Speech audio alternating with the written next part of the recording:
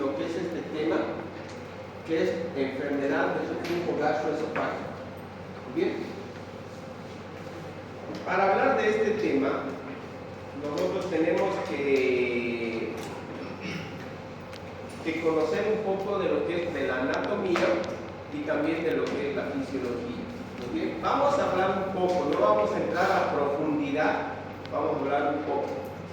Muy bien, entonces, como es el órgano, el esófago, que es el órgano que está relacionado con esta enfermedad, entonces vamos a hablar un poco más de él.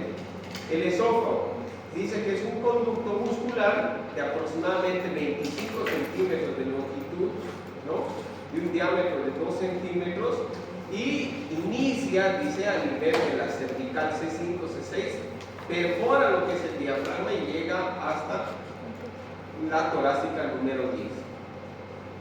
Por lo tanto, aquí vemos, nos vuelve a repetir que es un tubo muscular, ¿no?, de un revestimiento mucoso localizado en el mediastino posterior.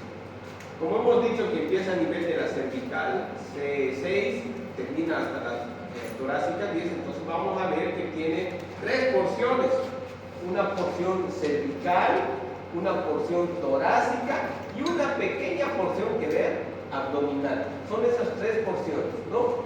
Cervical, torácica y abdominal. Habíamos dicho que la longitud es aproximadamente 25 centímetros. La vascularización va a depender mucho de la región, ¿no?, del área cervical, del área torácica y del área abdominal. Vamos viendo, la inervación está inervada por los plexos esofágicos, está por los broncos simpáticos y los parasimpáticos, ¿no?, es la inervación del esófago. Ahora, con respecto a la configuración histológica del esófago, vamos a ver que está constituida por cuatro capas. La capa que está en relación con la luz se llama mucosa. Luego le sigue la capa submucosa, luego está la capa muscular externa, y la capa adventicia, ¿no?, o peritoneal a nivel del abdomen. Algo que quiero que entiendan muy bien y que se acuerden que anoten en sus apuntes, que la mucosa está constituida por un epitelio. Aquí no menciona, es un epitelio plano, estratificado, no queratinizado. Se llama epitelio mucoso. Acuérdense bien porque vamos a hablar un poco de ese epitelio. Entonces, está constituido por un epitelio plano, estratificado, no queratinizado, también llamado epitelio mucoso, ¿no? Dice que esta capa toma contacto con el alimento en proceso de digestión. La otra capa, que es la capa submucosa, que está por debajo de la capa mucosa, es una capa, dice, donde hay tejido conectivo denso, ¿no? Va a tener vasos sanguíneos linfáticos y vamos a encontrar un plexo, que es el plexo de Meissner. Este plexo de Meissner va a regular, ¿no?, lo que es el flujo sanguíneo, el flujo de los linfáticos, y también va a regular la excreción de algunas glándulas que se encuentran en esta capa. Muy bien. La capa muscular está compuesta por una capa circular interna y longitudinal externa. Ahora, también encontramos aquí un plexo que se llama el plexo de Auerbach, ¿no? Está en medio de estas dos capas y la función va a ser la contractibilidad, o sea, las contracciones, lo que nosotros llamamos el peristaltismo. Y la adventicia es lo que va a estar prácticamente, va a ser la última capa, ¿no?, que va a envolver a la capa muscular. Tiene tejido conectivo laxo, por donde van a penetrar algunos vasos sanguíneos, arterias y nervios. Muy bien. Recuerden bien la capa mucosa, que es la que tiene el epitelio plano estratificado, no queratinizado. Vamos, con respecto a lo que nos toca el tema. Enfermedad del reflujo gastroesofágico. Nosotros lo vamos a abreviar de esta manera: enfermedad del reflujo gastroesofágico. ¿No? ¿Quiénes de nosotros alguna vez no han tenido reflujo? Creo que todos alguna vez hemos tenido reflujo, ¿no? Entonces dice, miren, definición. El reflujo gastroesofágico se refiere al paso del contenido gástrico hacia el esófago. O sea, tan fácil la definición. Es el paso del contenido gástrico hacia el esófago, ¿no? Miren, puede ser fisiológico, si en algunas circunstancias estamos viviendo, puede ser fisiológico. Pero ¿cuándo se lo considera una enfermedad? Cuando este reflujo va a causar algunos síntomas y signos, ¿no? Como ahí dice, se habla de enfermedad cuando el reflujo va a ocasionar síntomas o complicaciones. O sea, cuando te va a producir este reflujo, cuando te va a producir ya sea esta acidez, te va a producir complicaciones. Ahí es donde nosotros llamamos enfermedad del reflujo gastroesofágico. Bien. Vamos a hablar un poco de la epidemiología. Dice que se presenta alrededor del 4% en la población en general, 4%, y se incrementa durante el embarazo en los adultos mayores. Va a afectar a ambos sexos, pero las complicaciones más frecuentes es en los hombres. Ahora, ¿cuáles son los mecanismos implicados en el reflujo? Entonces vamos a anotar estos dos más importantes. Uno, que es esfínter esofágico inferior mecánicamente incompetente. Entonces vamos aquí a dibujar.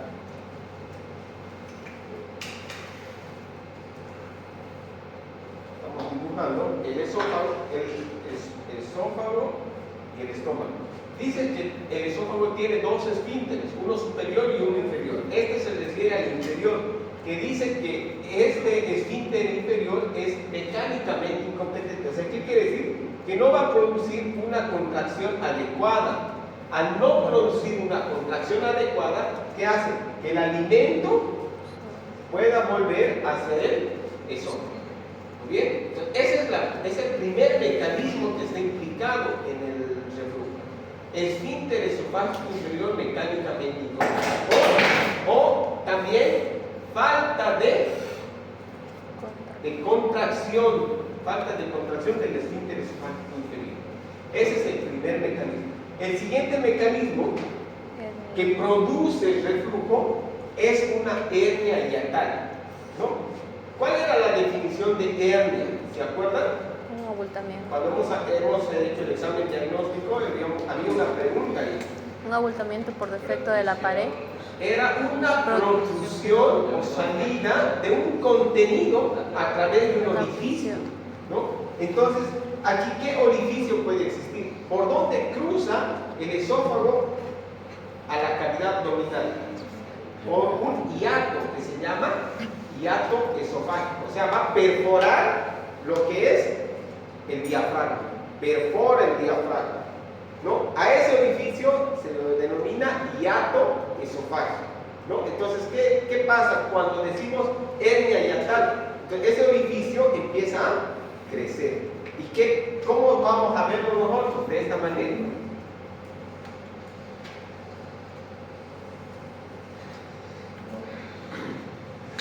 Vamos aquí, vamos a dibujar.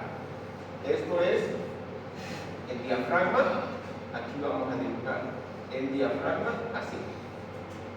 Entonces, ¿qué dice la hernia hiatal? Es el paso del contenido, o sea, del contenido estómago hacia el tórax a través de un orificio, que es el orificio hiatal. O sea, pasa este orificio, entonces aumenta de tamaño. ¿Se entiende o no? Sí. Es el paso del contenido. O sea, en aquí que estaba solo perforado y pasaba en el esófago, en este caso ya pasa dos estructuras: estómago y esófago, ¿no? Puede ser de esta forma. Hay 4 tipos de hernia, ¿no? 4 tipos de hernia: 1, 2, 3, 4. Puede ser esta o puede ser a veces así, ¿no? Pero donde pasa el contenido, ¿no? ¿no? Del abdomen hacia la cavidad torácica, ¿no? Esto es LAR. Esos son los dos principales mecanismos, para producir enfermedad del reflujo gastroesofágico. Muy bien, ¿se entiende, no? Vamos, miren, otro puede ser una relajación transitoria por distensión gástrica, o sea, que esto se dilate por una distensión gástrica. ¿Quién de nosotros alguna vez no ha comido mucho? Por ejemplo, un viernes o un sábado le ha echado su churrasco y le ha echado unas cervezas más que produce una distensión y te produce reflujo, ¿no? Puede haber retraso en el vaciamiento gástrico. Puede producir, miren, aumento de la presión intraabdominal. ¿Cuándo se produce aumento de la presión intraabdominal? Cuando hay el embarazo, ¿no? En el embarazo el útero gestante aumenta de volumen, de tamaño, entonces hay aumento de la presión intraabdominal. En la obesidad o en la ascitis. Ascitis cuando hay aumento de líquido, ¿no? En la cavidad. ¿Se entienden estos dos principales mecanismos? Esto tenemos que acordarnos bien. Vamos. Miren, vamos a tener síntomas esofágicos y vamos a tener síntomas extraesofágicos. O sea, dos tipos de síntomas, ¿no? Esofágicos que solo están relacionados con el esófago y síntomas extraesofágicos que no está el esófago sino otras estructuras adyacentes. ¿Qué vamos a tener? Miren, pirosis. Vamos a tener regurgitación. En este paciente podemos tener regurgitación. No es reflujo, regurgitación. No pasa hacia el estómago, sino no llega, pero aquí se acumula alimento y vuelve a salir. Una regurgitación, ¿no? Podemos tener, miren, disfagia. ¿Qué es disfagia? ¿Se acuerdan?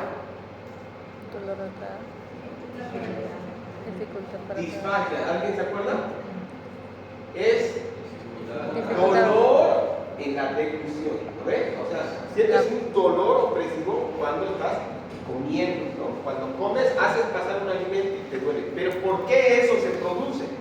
Entonces, miren, vamos a ver acá.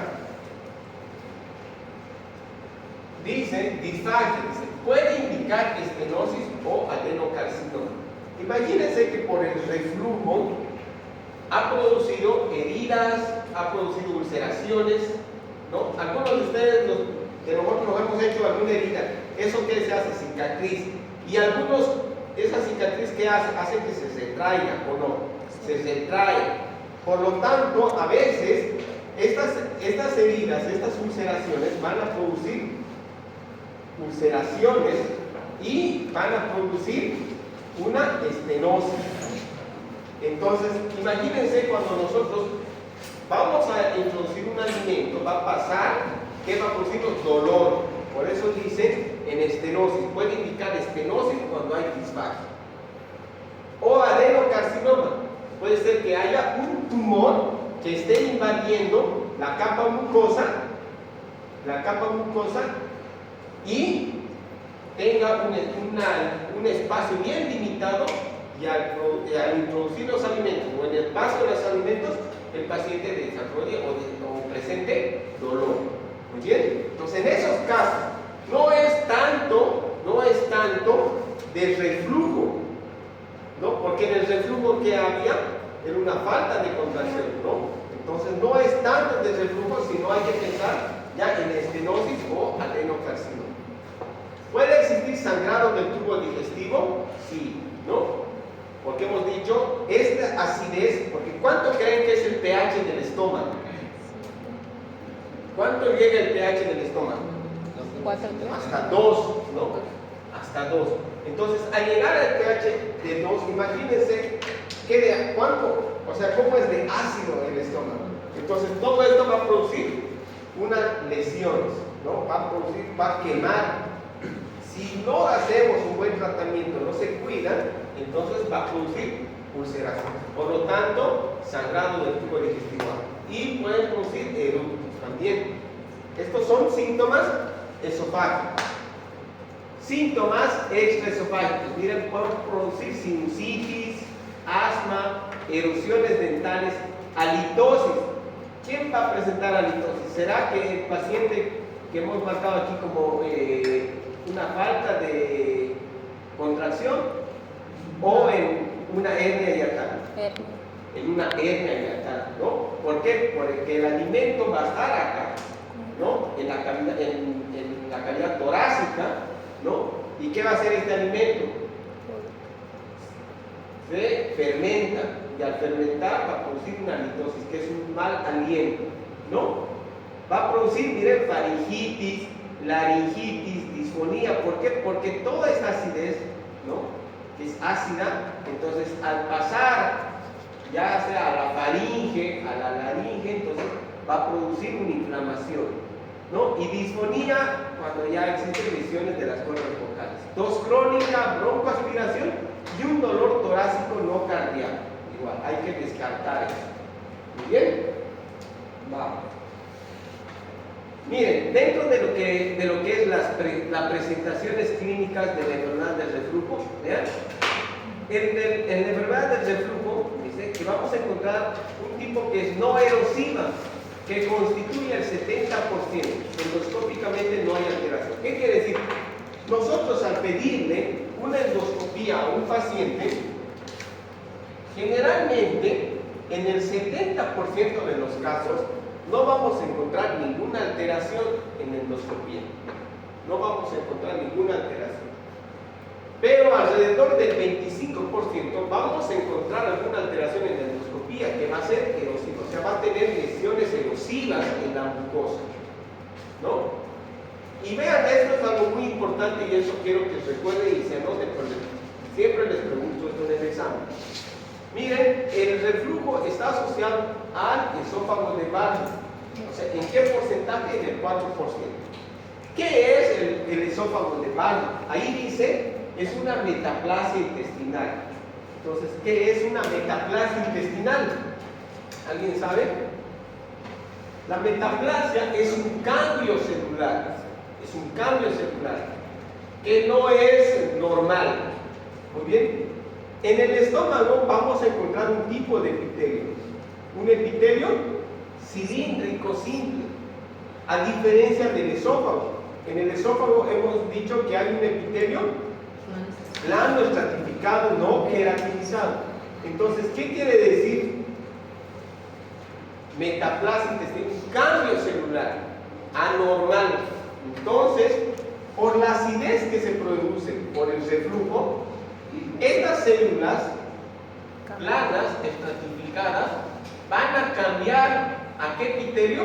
A un epitelio columnar, a un epitelio cilíndrico. Entonces estas van a ir cambiando a cilíndrico, ¿no? A este cambio anormal de epitelio se lo llama esófago de Barrett.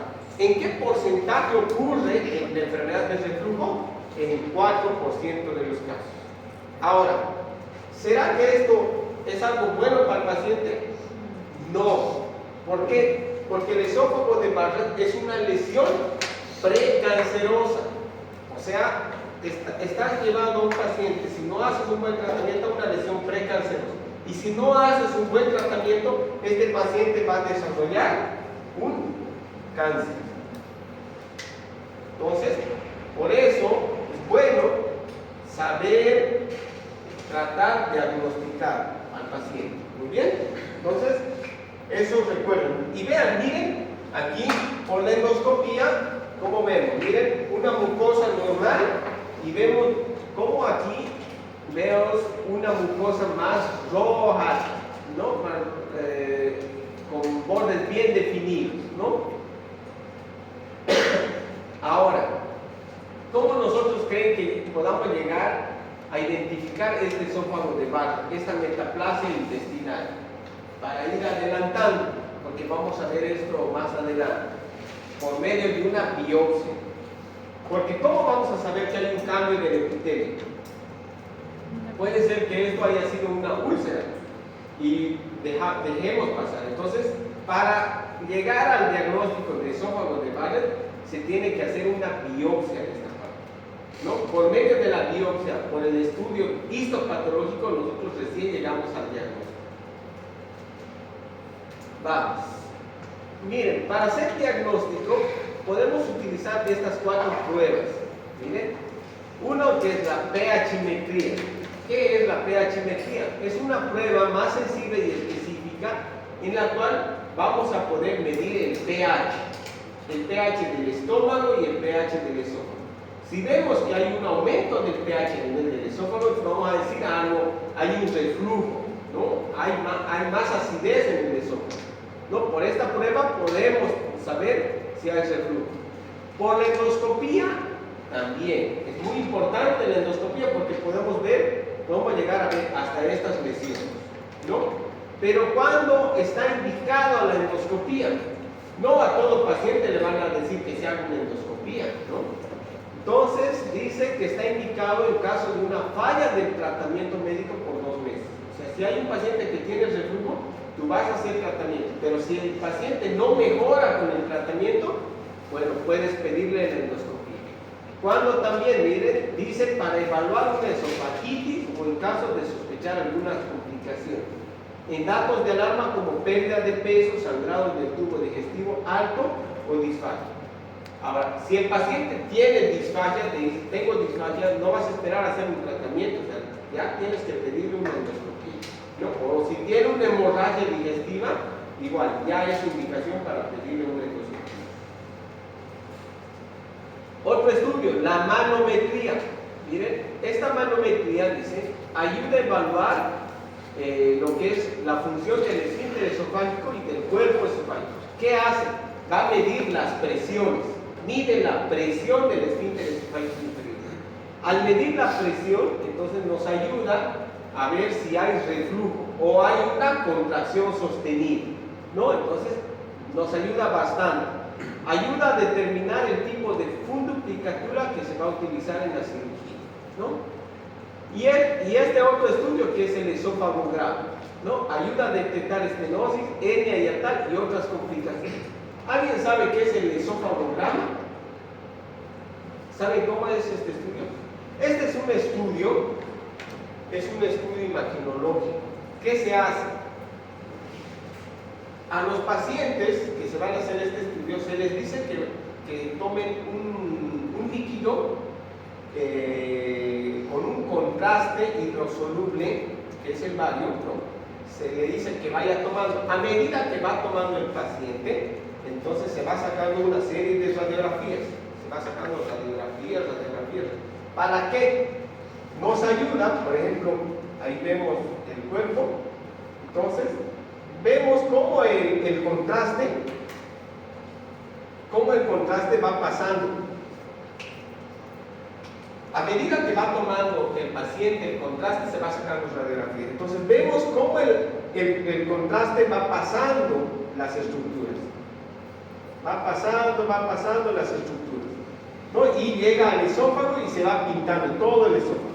Entonces ahí vemos que este esofagograma está normal. Pero dice, miren, nos ayuda a detectar estenosis. Pero ¿qué pasa si este contraste que nosotros hemos tomado, miren, de que estaba bien en la parte superior, este se vuelve bien afilado? ¿Qué significa? Que hay una contracción, una estenosis, o sea que esta parte está bien apretada, no deja pasar el contraste. Por eso dice, nos ayuda a detectar estenosis. Ahora, nos ayuda a detectar hernia hiatal. Entonces, en la hernia hiatal, ¿cómo llegaría a pintarse? ¿No? Pasaría esto normal, pero aquí estaría parte del contenido de la hernia. Y aquí otra vuelta el estómago, ¿no? Y el contraste. Entonces, por eso dice, nos ayuda bastante el esofagograma para ver estenosis, hernia hiatal y otras complicaciones, ¿no? ¿Se entiende, no? El esofagograma se utiliza bastante. Ahora, ¿en qué se utiliza más el esofagograma? En una enfermedad que se llama acalasia, ¿no? Que vamos a verlo más adelante. ¿Se entiende, no, esto? Muy bien. Vamos.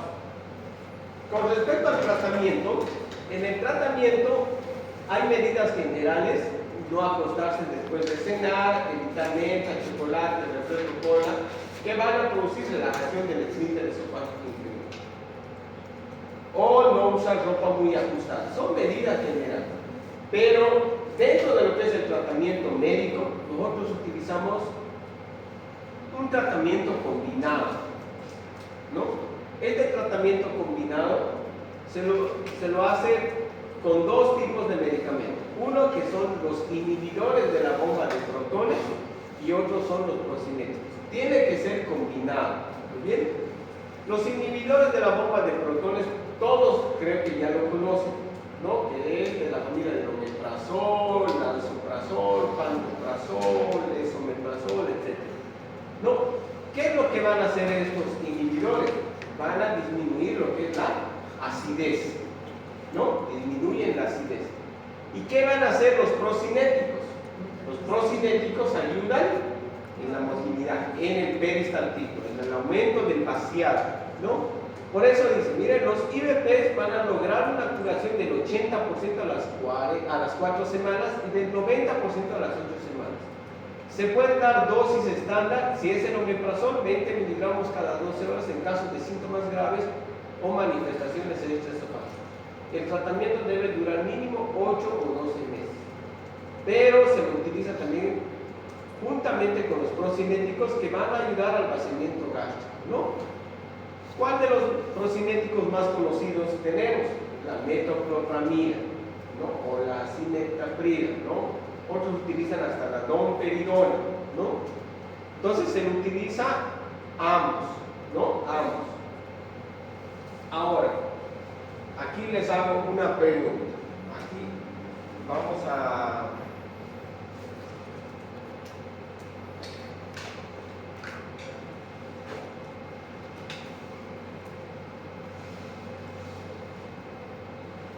vamos a ponerle como 1 y que son, hemos dicho que son los mecanismos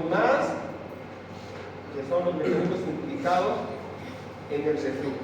Uno que es la falta de contracción, ¿no? O la disfunción del esfínter esofágico inferior. Y el 2, esto era la hernia hiatal, ¿no? Ahora, en este tratamiento que yo les estoy dando, ¿en cuál creen que nos llegaría a funcionar mejor? ¿En el 1 o en el 2? En el 1. Muy bien, en el 1. ¿Por qué? Porque aquí solo hay lo que está dañado solo es el esfínter esofágico, ¿no?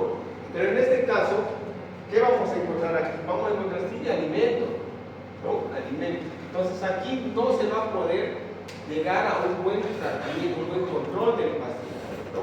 Por eso, entonces, dentro de las indicaciones quirúrgicas, este paciente sí o sí tiene de primera instancia una indicación quirúrgica, tiene que ser operado. Y en cambio este paciente se tiene que hacer un tratamiento por lo menos de 6 meses, dependiendo a los síntomas que vaya teniendo, ¿no? Este puede llegar, pero si este paciente no llega a tener un buen control del reflujo, entonces este paciente igual puede llegar a tener indicación quirúrgica. Muy bien, entonces vean, estos dos que son muy importantes. ¿Qué dicen? Miren, el tratamiento quirúrgico. Ya ustedes tal vez este tema ya lo han visto en gastro, ¿no? Y han dicho, hemos visto en gastro, pero ¿cuál es la importancia en la cirugía? La importancia en cirugía es que es la indicación quirúrgica, ¿no?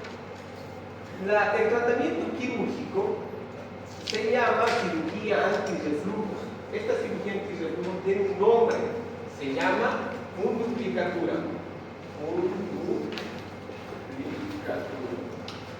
Se llama funduplicatura. Muy bien.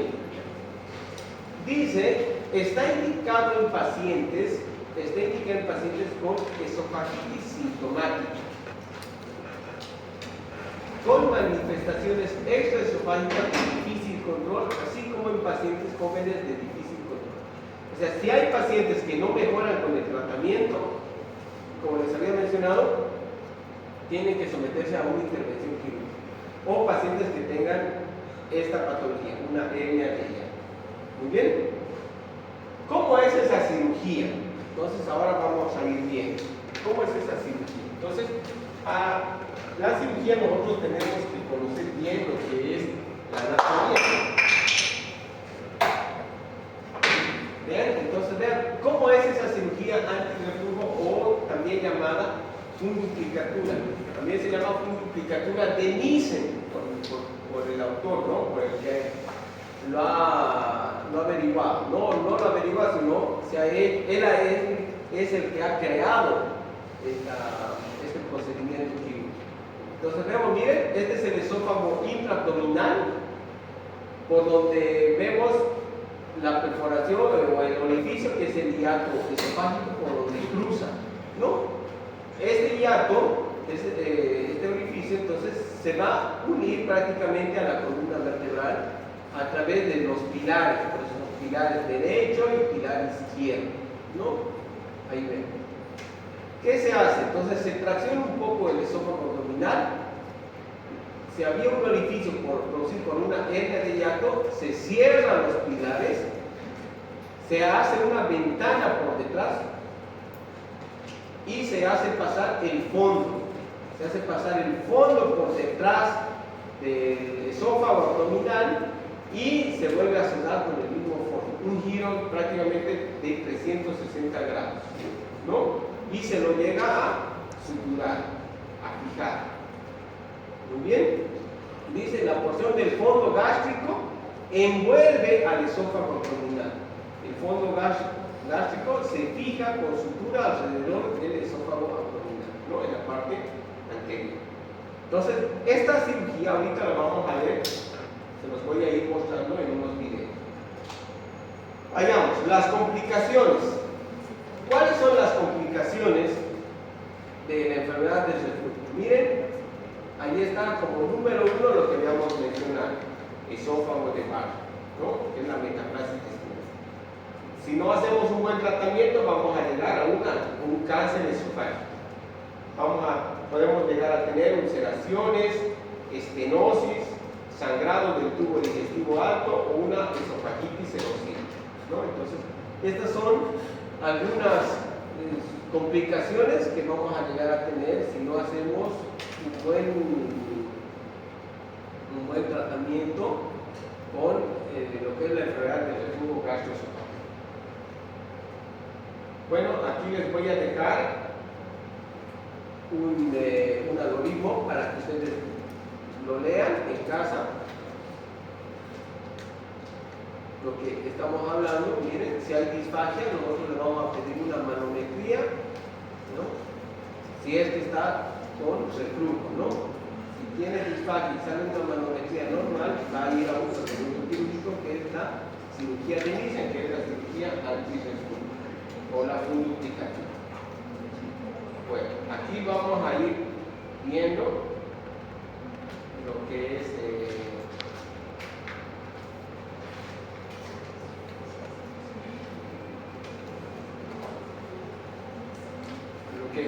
cómo se hace la cirugía.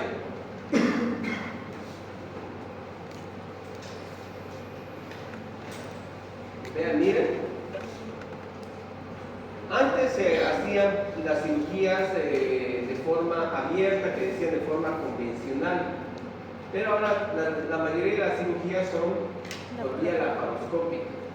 Entonces, vemos, miren, se introduce trócares, ¿no? Por la pared abdominal, vamos llegando a lo que es el área donde nosotros vamos a entrar a operar. Y ahí vemos, miren, es una hernia hiatal, miren cómo sube el contenido hacia la parte torácica, ¿no? A través de un orificio que es el hiato esofágico. Ahí donde está trabajando se hace una apertura de una ventana, ¿no? Se libera y se tracciona. Al traccionar, entonces vamos a encontrar este orificio que es el hiato esofágico. ¿Y qué se hace? Como había una hernia, entonces este hiato estaba pues con un diámetro mayor. Entonces, ¿qué se hace? Se han cerrado los pilares, se cierran los pilares. Y al cerrar los pilares, luego, ¿qué hace? Miren, hace pasar el fondo gástrico por detrás, ¿no? Y se hace una plicatura, por eso dice funduplicatura, o sea, es el fondo que cruza y se fija, por eso dice funduplicatura. No se coloca malla, ¿ya? Eso está por demás, pero ahí eso es para mostrarles un poco de lo que es la técnica. Muy bien, ahora vamos a ir viendo.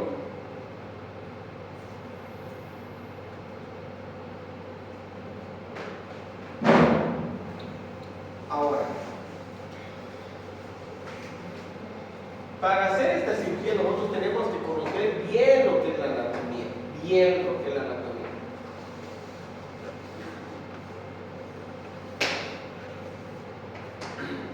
Entonces, este es el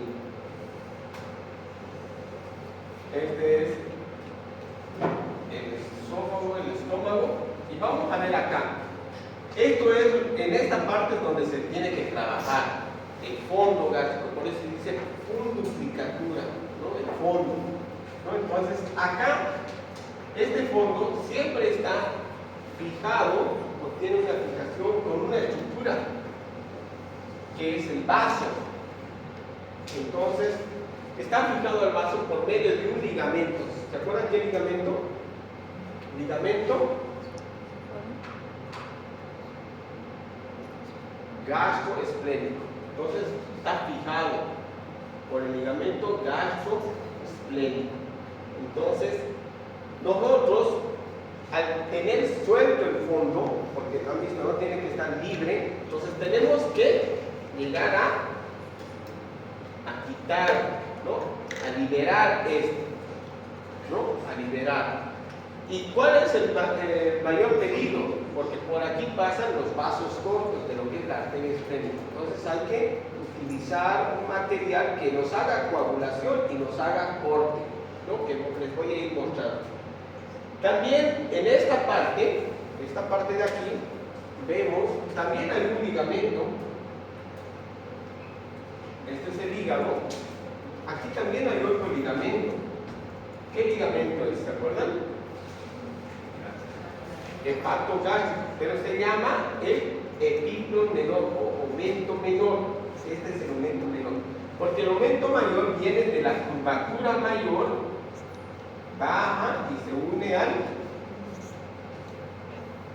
colon, ¿no ven? Al colon transverso. Así, ¿no? Así baja, ¿no?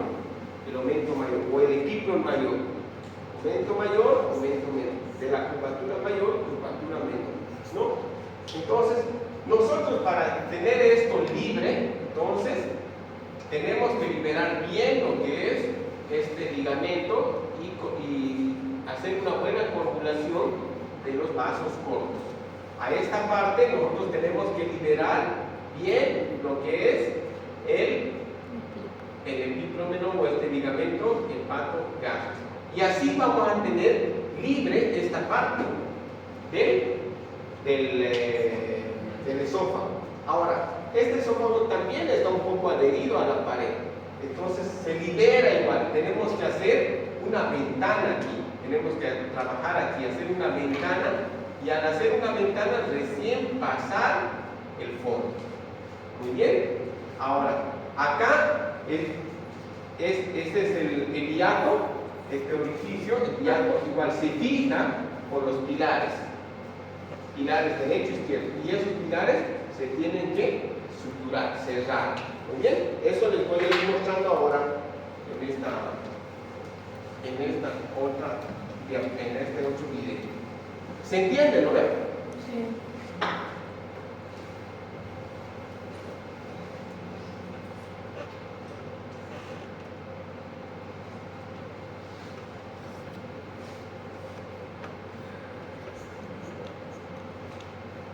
Bueno, entonces vemos, miren, ahí está el esófago, aquí está el esófago, aquí está ya, este es el fondo. Entonces vean, miren, de a poco va a ir liberando. Aquí atrás ya está el vaso, miren, este es el vaso.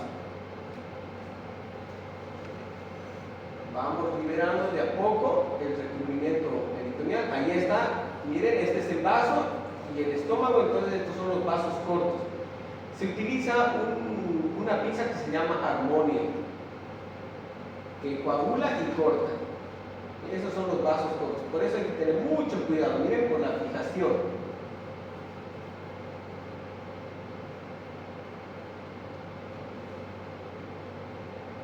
Entonces, corta, coagula, miren, ¿para qué? Para que esté libre. Ahí está, ya ha liberado toda esa parte. Ahora estamos yendo al otro lado, el epíclon menor. Aquí estaba el epíclon menor. Entonces ahora está llegando a diseccionar esa parte del estómago, del esófago.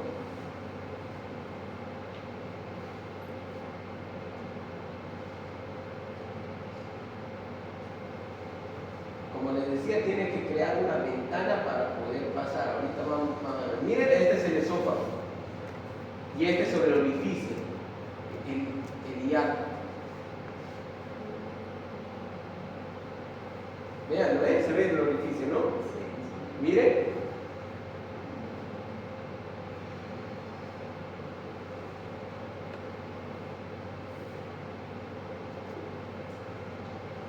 Ahí está haciendo la ventanita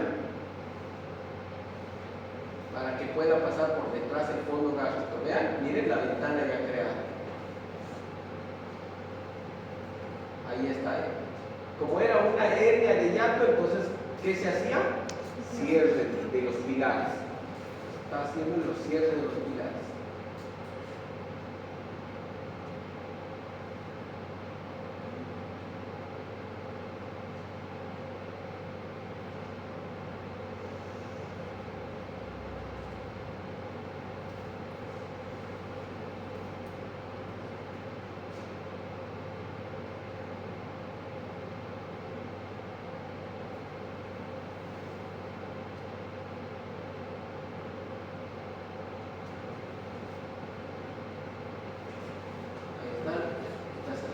Pilar derecho y pilar izquierdo.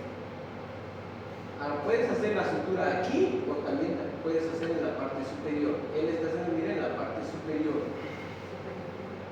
para cerrar los pilares. Como era una hernia de hiato, tenía un orificio grande, entonces está cerrando ese orificio.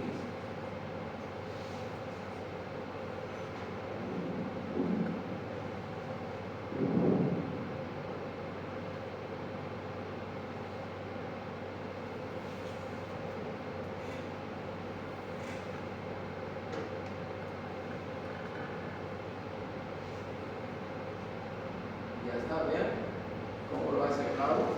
Y ahora el fondo, ¿no?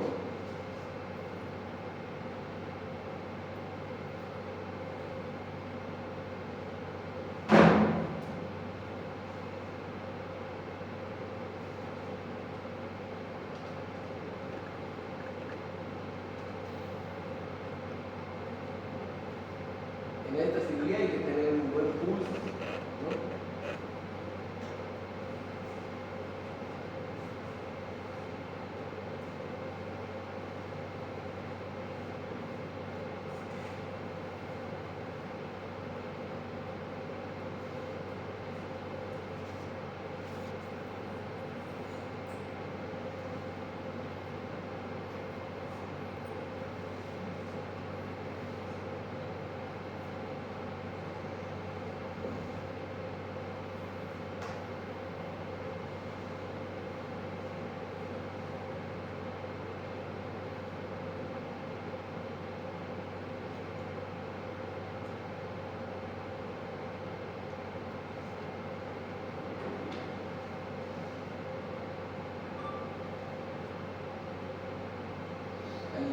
Generalmente se hacen 3 puntos, ¿no? Se hacen 3 puntos para fijar el fondo. ¿Qué se llama la cirugía? Fundicatura. A mí lo que más me interesa es que, no, yo no les voy a pedir cuál es la técnica quirúrgica, o sea, cuáles son los pasos que se tienen que hacer, no. que ustedes sepan, que tengan un paciente que diga, pucha, tengo un reflujo y he hecho tratamiento y no mejoro, pucha, puedes decirle, mire, si no mejoras puede ser que tengas una hernia de hiato y puede ser un tratamiento quirúrgico. O mira, tal vez necesites una fundificatura. Eso es lo que a mí me interesa, no que sepan toda la técnica quirúrgica, ¿no?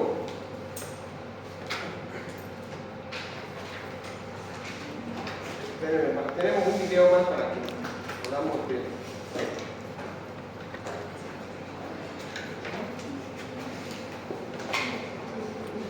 ¿Y el pollito? Tampoco para.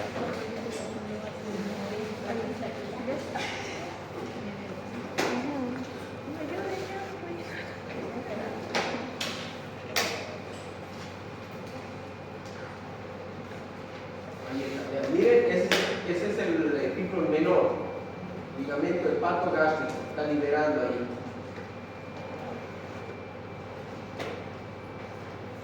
Igual ahí ya está haciendo directamente esa ventana para cruzar hacia el otro lado, por detrás del esófago. Ese es el esófago y está haciendo esa ventana. ¿Para qué? Para cruzar por el otro lado. Ahora está yendo bien por el otro lado. Por el otro lado, aquí debe estar el vaso.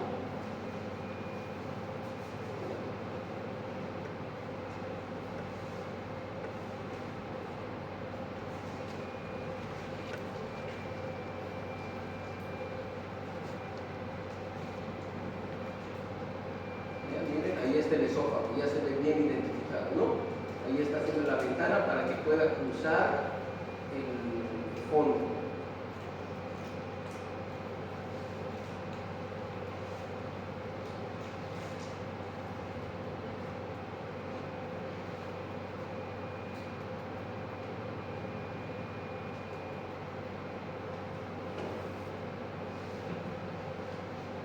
Imagínense cómo antes harían estas cirugías abierta, ¿no? Se hacía una cirugía de aquí, se llamaba sifopúbica, de todo de arriba, para hacer esta cirugía. Ahora, con la cirugía laparoscópica, ha mejorado bastante.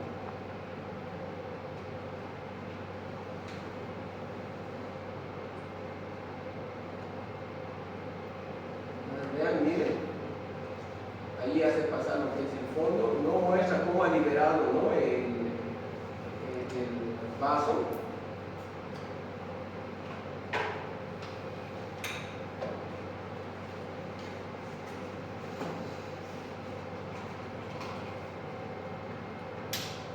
Miren, ahí está en el conflicto.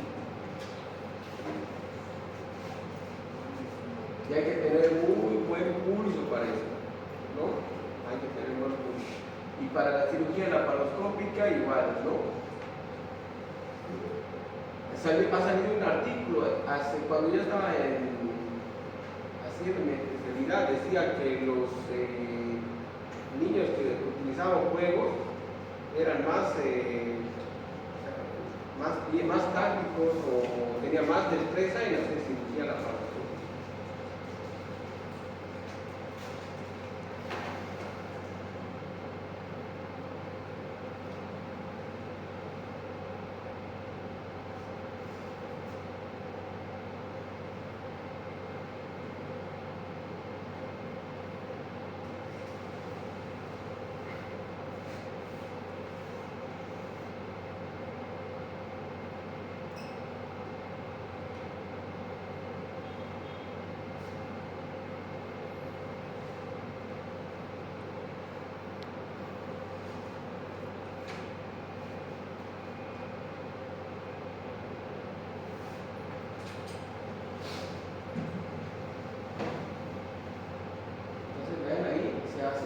Se fijan, ¿no? Siempre, miren, 3 puntos siempre, la mayoría.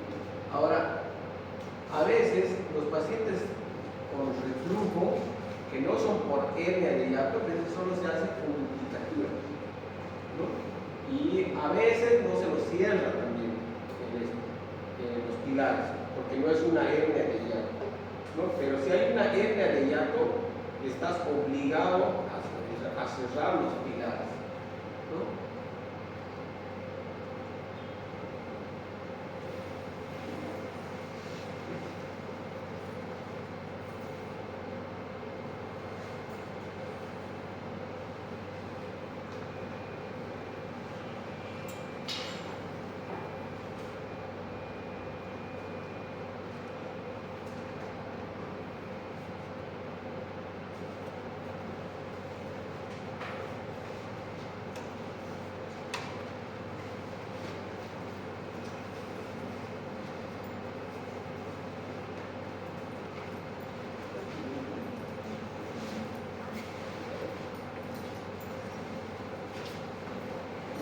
cirugía es el último punto que hace para lo que es la asignación.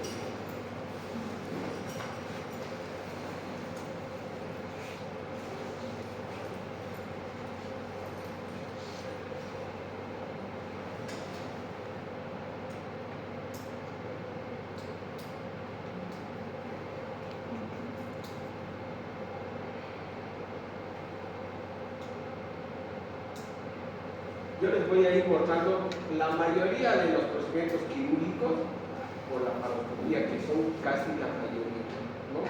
Por eso, a veces uno dice, a veces no hay esta cirugía, no hay en los hospitales, es rara vez, ¿no? Rara vez que hay esta cirugía. Pero la mayoría yo les voy a ir mostrando para que vean cómo son las cirugías. Acá, ¿ya? Bueno, hasta aquí sería. ¿Tienen alguna duda? ¿Tienen alguna pregunta? Nada. Bueno, entonces